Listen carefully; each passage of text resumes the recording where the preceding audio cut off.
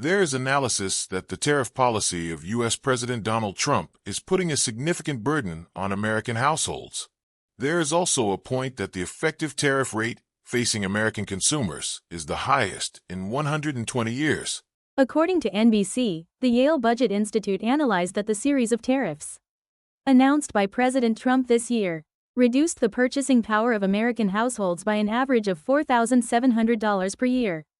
This is expected to lead to a short-term inflation rate of 2.9%, and clothing prices are expected to surge by 64% and textile prices by 44%. Food prices are expected to rise by 3% in the long term.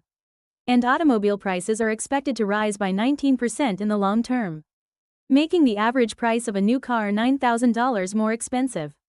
These tariff policies are placing a greater burden on low-income households. It is pointed out that the burden on low-income households is increasing because tariffs are regressive in the short term. In addition, the real GDP growth rate of the United States is expected to fall by 1.1% this year, and the U.S. economy is expected to continue to shrink by 0.6% in the long term. The unemployment rate is also expected to rise by 0.55 percentage points by the end of the year.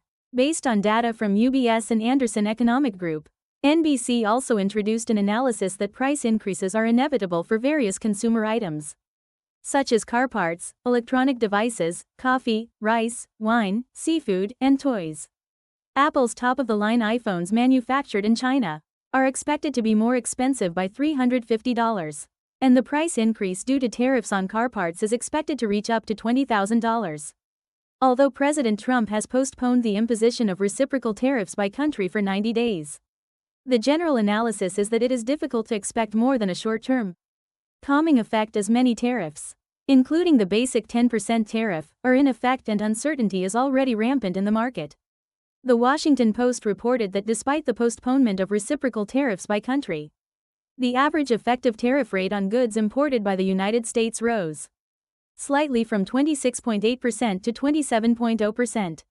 The impact of President Trump raising the combined tariff rate on Chinese products to 145% on the same day has offset the effect of the mutual tariff waiver by each country.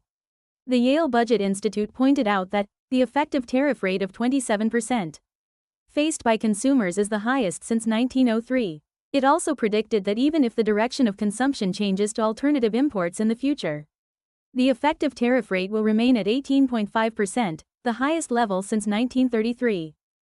The impact of President Trump's tariff policies on American households is becoming increasingly visible. It seems necessary to continue to monitor future policy changes and their resulting economic ramifications.